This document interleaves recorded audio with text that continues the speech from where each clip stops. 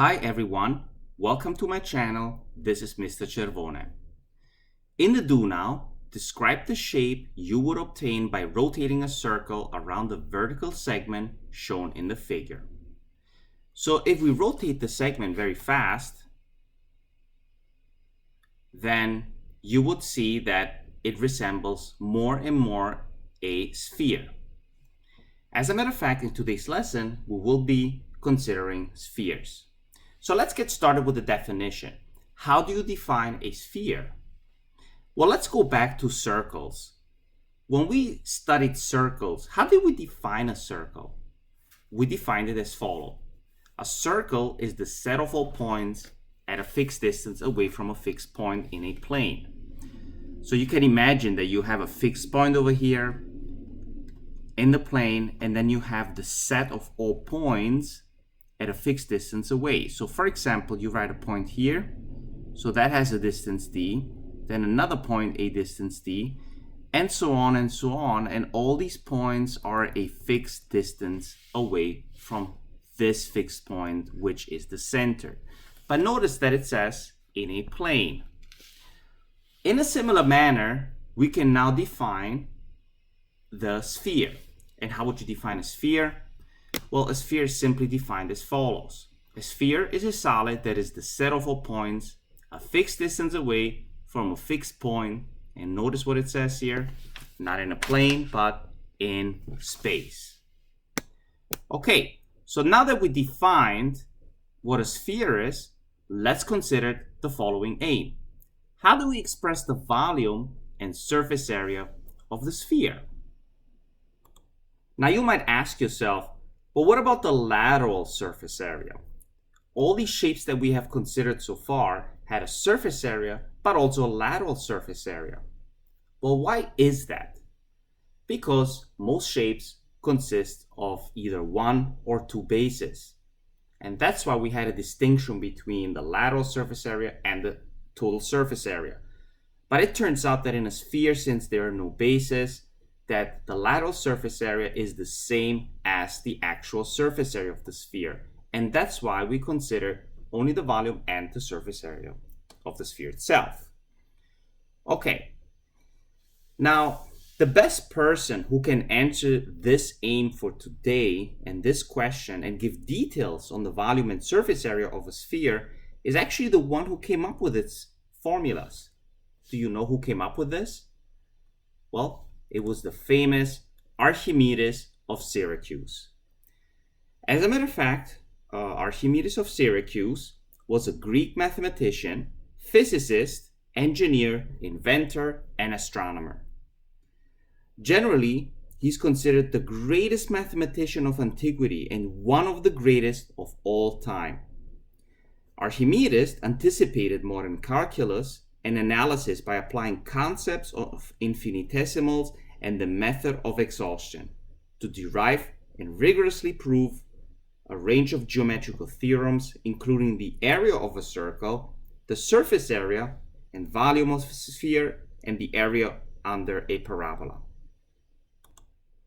As a matter of fact, according to Archimedes, he discovered that if you compare a cone of height r and radius r, which means that the radius and the height is the same, if you compare that to a hemisphere, which is half of a sphere of radius r, and compare that to a cylinder of radius r and height r, the ratio of the volumes is 1 to 2 to 3.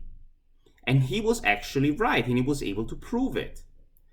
Well, we know what the volume of a cone is, and we know what the volume of a cylinder is, right?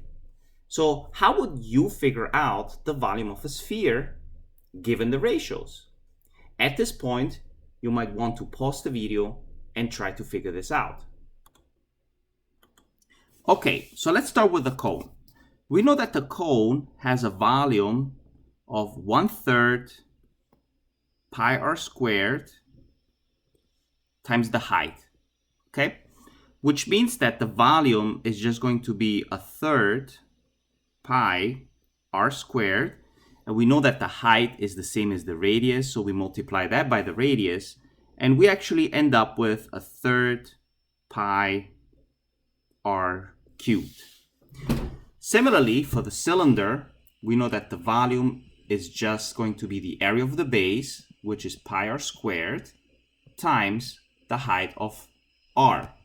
So that means that the volume is just going to be pi r cubed. So if we want to consider the ratio of 1 to 2 to 3, how can we express this as a fraction with same base of 3 here? Well, we can say that this is 3/3 pi r cubed. Okay, so now all we need to do is compare these ratios and say, okay, if this is 1 and this is 3, right? And this is 2, so the ratios are 1 to 2 to 3, and you can see the ratios are actually in the numerator here of the fraction. Then what would be the volume of the hemisphere? So the volume of the hemisphere, so let me just write 1/2 v because it's only half of the volume of the sphere, is equal to 2/3 pi r cubed. Okay? And that's where the 2 is, in the numerator.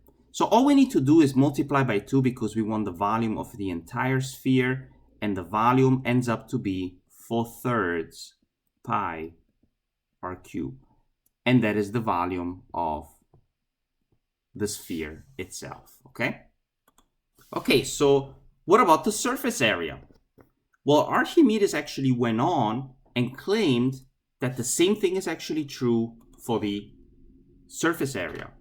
He said that a sphere has 2/3 the volume and also the surface area of the circumscribing cylinder. A sphere and a cylinder were placed on the tomb of Archimedes at his request. Okay, so that's something maybe to think about this. Imagine there's a sphere inscribed inside a cylinder, as you can see in the figure. We know that the surface area is 2/3 of the surface area of the cylinder. So the question is, what is the surface area of the sphere? So at this point, you may want to pause the video and try this out. Okay, so let's analyze this. How does the radius of the sphere compare to the radius of the cylinder and the height of the cylinder? Well, we can see it here in the following figure, that the radius of the sphere is equal to the radius of the base of the cylinder, and the height is actually 2r, because the sphere is tangent to the bases of the cylinder itself. Okay, so now that we have the height and the radius of the cylinder, we can find the surface area. So the cylinder has a surface area of 2 pi r squared. So these are the two bases. And the lateral area is 2 pi r times 2r, and 2r is the height. So that gives us a total surface area of 6 pi r squared for the cylinder. So according to Archimedes, the surface area of a sphere is 2/3 of the total surface area of the cylinder. That means that if you take 2/3 of 6 pi r squared, you obtain a surface area of 4 pi r squared for the sphere. Okay, so to summarize, the volume of a sphere is 4/3 pi r cubed, and the surface area of a sphere is 4 pi r squared. Let's look at an example now. The figure shows a sphere that has been inscribed in a cylinder. That is, the sphere is tangent to all of the surfaces of the cylinder. The height of the cylinder is 6. A. Compute the volume of the sphere. B. Compute the surface area of the sphere. And C. Water is poured into the cylinder, filling in all the empty spaces between the cylinder and the sphere. Compute the volume of the water. Okay, so it says here that the height of the cylinder is 6. So let me draw that in the diagram. So this is 6. So what can we infer about the radius of the sphere? Well, the radius of the sphere is just half of the height of the cylinder. So since we know the radius, we can now find the volume of the sphere. So we know that the volume of the sphere is equal to 4/3 pi r cubed. Okay, so all we need to do is substitute here.